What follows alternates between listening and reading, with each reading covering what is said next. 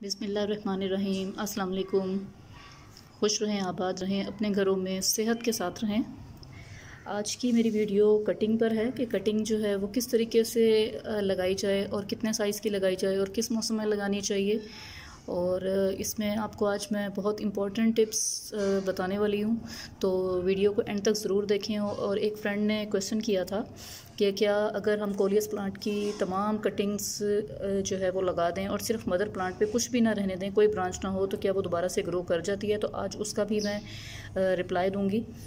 तो सबसे पहले बात करते हैं कि कटिंग दो तरह की होती हैं। एक होती है सॉफ्टवुड कटिंग और एक होती है प्लांट की हार्डवुड कटिंग। सॉफ्टवुड कटिंग वो होती है कि जिसकी जो स्टेम है वो बिल्कुल सॉफ्ट हो, अगर आप कैंची से भी काटें तो बहुत आराम के साथ कट जाए। और मोस्टली वो ग्रीन कलर की होती हैं। जैसे ये देखें, ये कोलियस की ग्रीन कटिंग, तो ये कितनी सॉफ्ट है, हाथ लगाने से ही पता चल जाता है। और जो स्टेम इजीली कट नहीं होती हैं वो हार्डवुड होती हैं। जैसे ये देखें, ये ब्राउन कलर की जो स्टेम होती है, तो इसको आप कैंची से काटें तो ये इतनी आसानी से नहीं कटेगी। इसी तरह से ये देखें, ये ग्रीन, मोस्टली जो ग्रीन कलर की कटिंग्स होती हैं वो सॉफ्ट होती हैं, जिनकी मेन स्टेम ग्रीन होती है। जैसे ये देखें, ये एलिगेटर का प्लांट है, तो इसकी कटिंग जो है सॉफ्ट है, इसकी सॉफ्ट है। तो ये इस तरीके से कटिंग्स जो हैं वो देखी जाती हैं। और सबसे पहले ये है कि सॉफ्टवुड कटिंग जो है वो हम कितनी बड़ी लें, कितनी बड़ी कटिंग जो है वो साइज़ में हो कि वो सूटेबल रहे ग्रो करने के लिए। तो सॉफ्टवुड कटिंग जो है वो 1 इंच से लेकर और 3 इंच तक जो है वो कटिंग आप लगा सकते हैं। इससे ज़्यादा बड़ी करेंगे तो वो ग्रो हो जाएगी, लेकिन ग्रो होने में मुश्किल होगी और हो सकता है कि वो ग्रो ना भी करे और बिल्कुल ख़त्म हो जाए। तो इसकी 3 इंच तक ले लें। और 1 इंच से कुछ प्लांट ऐसे हैं जिनकी 1 इंच से भी कम कटिंग लेकर अगर उसको ग्रो करें तो वो भी हो जाती है ग्रो। जैसे जेद का प्लांट है। और कोलियस की जो है वो 3 इंच तक आप ले लें, 3 इंच से कम भी ले लें, 1 इंच की भी इसकी कटिंग लगा लें तो वो भी ग्रो हो जाती है। यानी 1 से 3 इंच तक की कटिंग आप ले सकते हैं। और जो हार्डवुड कटिंग होती है वो तकरीबन 5 से 6 इंच से शुरू होती है। मुख्तलिफ प्लांट का कटिंग का मुख्तलिफ साइज़ होता है। जैसे ये कि ड्रेसिना की जितनी भी वैरायटीज़ हैं, तो उनकी जब हम कटिंग लगाते हैं तो उसमें आपने 7 इंच की कटिंग लेनी होती है। 3 इंच मिट्टी में रखना होता है और 4 इंच मिट्टी से बाहर रखना होता है स्टेम को, तो तब वो कटिंग ग्रो करती है। तो इसी तरह से गुलचीन का जैसे प्लांट है तो उसमें 1 से 1.5 फुट तक की कटिंग लगानी पड़ती है। तो ये मुख्तलिफ प्लांट के जो है वो उस पर डिपेंड करता है साइज़ पर। जब आप कटिंग ग्रो करते हैं आपको ख़ुद ही अंदाज़ा हो जाता है। कोशिश करनी चाहिए कि कटिंग आप जो है वो एक मुनासिब उसकी साइज़ की लें, बहुत बड़ी भी ना लें कि उसकी जो है वो रूट्स डेवलप होने में टेंशन बने। तो ये इसकी साइज़ की बात हो गई। और अब ये कि कटिंग को लगाने का तरीका क्या है। तो सबसे पहले तो कोशिश करें कि जब भी कोई कटिंग लें तो उसका ये वाला पार्ट, यानी जो नए लीव्स आ रहे हैं, ये यानी टिप जो है, ये टिप ज़रूर साथ होनी चाहिए। टिप साथ होगी तो जल्दी ग्रो हो जाएगा। और जैसे ये है कि यहाँ से आपने इसको कट कर लिया और पार्ट है वो आपने ज़रूर लेना है, यानी यहाँ से कटिंग की है, बस इसको लगा दें। तो ये हो गया।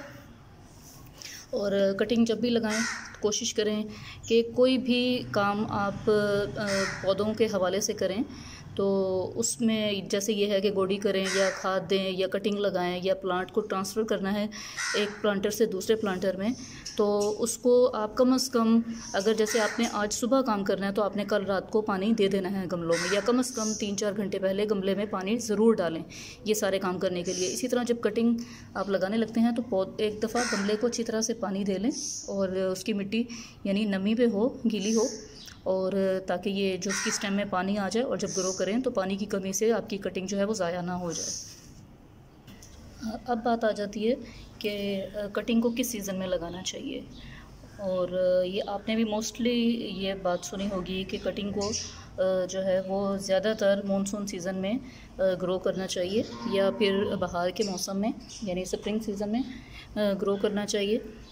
तो बिल्कुल ऐसा ही है कि इस मौसम में बहुत अच्छी कटिंग चलती है। लेकिन क्यों चलती है, इसकी वजह ये होती है कि एक तो कटिंग को ग्रो करने के लिए या रूट्स को अपनी अफजाइश बढ़ाने के लिए एक तो मिट्टी में नमी की ज़रूरत होती है और दूसरा हल्का सा मिट्टी में गर्मी की ज़रूरत होती है, यानी नमी हो और गर्मी हो तो तब रूट डेवलप होती हैं।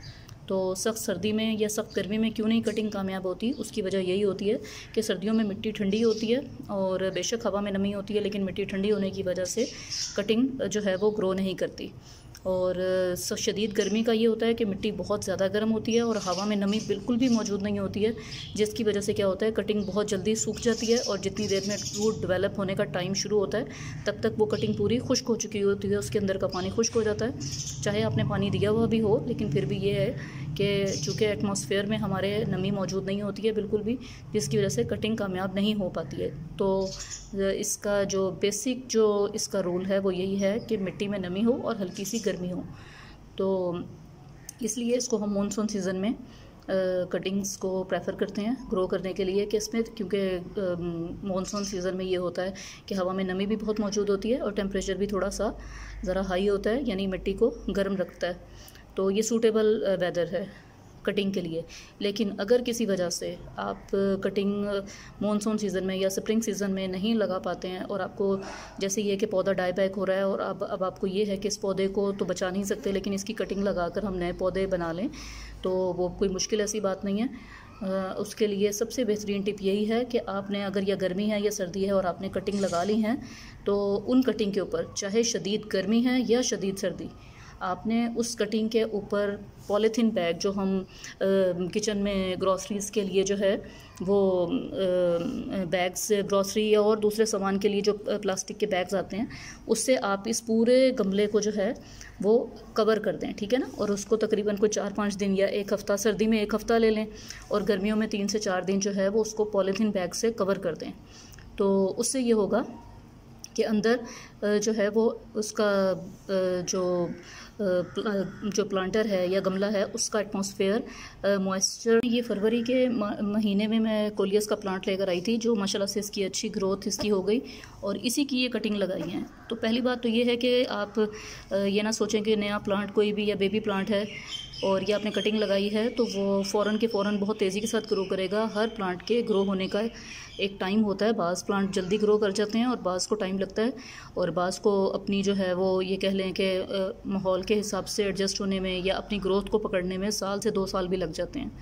तो ये देखें ये कामयाब हो गई हैं कटिंग, लेकिन ये है कि इनकी ग्रोथ अभी बहुत स्लो है। जैसे जैसे पौधा मैच्योर होता चला जाता है उसके बढ़ने की स्पीड भी तेज़ होती चली जाती है। तो अब आ जाते हैं जो दोस्त ने क्वेश्चन किया था। तो कटिंग ये असूल ये याद रखें कि अगर आपने हार्ड प्रूनिंग करनी है, मतलब कोई भी ब्रांच प्लांट के ऊपर ना रहे, तो वो उस वक्त करें जब प्लांट का ग्रोइंग सीज़न हो। जैसे सर्दी का प्लांट है, अगर कोई जो सर्दी में अच्छा ग्रो करता है तो हार्ड प्रूनिंग आपने सर्दी में करनी है। गर्मी का प्लांट है तो गर्मी में करनी है। मोस्टली हार्ड प्रूनिंग मार्च में या फिर मानसून सीज़न में की जाती है, क्योंकि इस सीज़न में हर तरह के प्लांट चाहे वो सर्दी के हैं या गर्मी के हैं तेज़ी के साथ ग्रो करते हैं। तो हार्ड प्रूनिंग में यही होता है कि आप सारी स्टेम काट देते हैं, लेकिन उसमें भी ये नहीं होता कि बिल्कुल ही उसकी एक एक स्टेम काट दें। बहुत कम प्लांट ऐसे होते हैं, जैसे लीमू का प्लांट है, उसकी आप एक भी ब्रांच ना रहने दें तो वो फिर भी उस पर ब्रांचेस आना शुरू हो जाती हैं। तो फल के प्लांट तो ऐसे हैं जो मैच्योर हो चुके होते हैं कि जिनकी आगे दोबारा से जो है ब्रांचेस आना शुरू हो जाती हैं, लेकिन कुछ प्लांट ऐसे भी होते हैं जिनकी अगर आप सिर्फ ये ऊपर से टिप भी काट दें तो वो ग्रो नहीं करेगा और आहिस्ता आहिस्ता डाई बैक हो जाएगा और ख़त्म हो जाएगा। या ये होगा कि वो अगर आपने यहाँ से इसकी ये टिप काट दी है तो पिंचिंग कर दी है या कट कर दिया है, तो उससे क्या होगा वो पप्स देना शुरू कर देगा या बिल्कुल पौधा ख़त्म हो जाएगा। बाज़ पौधे बढ़ते ही ऊपर से हैं तो उनकी ब्रांचेस वगैरह नहीं निकलती, सीधा ग्रो करते हैं। तो कोलियस का भी यही है कि अगर आपने बिल्कुल भी इसको, जो मैंने वीडियो बनाई थी वो मेरा कोलियस का प्लांट शदीद सर्दी थी और उसमें डाई बैक हो रहा था, तो मैंने अपने प्लांट को बचाने के लिए कि अब ये बिल्कुल भी ख़त्म ना हो जाए तो उसके लिए मैंने ये किया था। और ये उसी की ही कटिंग है जो मैंने बचाई थी और ये नया जो है ना ये ग्रो हो गया। ये देखें ये वही मेरा प्लांट था जिसकी मैंने कटिंग्स लगा के उसको बचा लिया था। तो उसका मदर प्लांट असल में ये हुआ था कि मदर प्लांट जो है जब यहाँ से काला होना शुरू हो जाए, ठीक है ना, मेन स्टेम काली होनी शुरू हो जाए और इसको दबाएं तो बिल्कुल नरम हो और यहाँ तक कम से कम काली हो जाए, तो इसका मतलब ये है कि इसको जो है ना अब ये पौधा नहीं बचेगा, ख़त्म होने पे आ रहा है। तो फिर हम ये करते हैं कि ब्रांचेस काट के, ताकि बिल्कुल ही पौधा मुकम्मल तौर पे ख़त्म ना हो जाए, तो हम उसकी ब्रांचेस को एज अ कटिंग इस तरीके से ग्रो कर लेते हैं, ठीक है। तो इसकी कटिंग मैंने कोकोपीट में ग्रो की थी और कोकोपीट में जो है ये कोलियस की कटिंग और एक मनी प्लांट की कटिंग बहुत अच्छी ग्रो करती है, बहुत जल्दी रूट डेवलप होती हैं।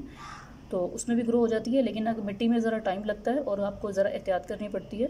बस एहतियात यही करेंगे, जब भी कटिंग लगाएं तो उसको पॉलीथीन बैग से ज़रूर कवर कर लें। अल्लाह हाफिज़।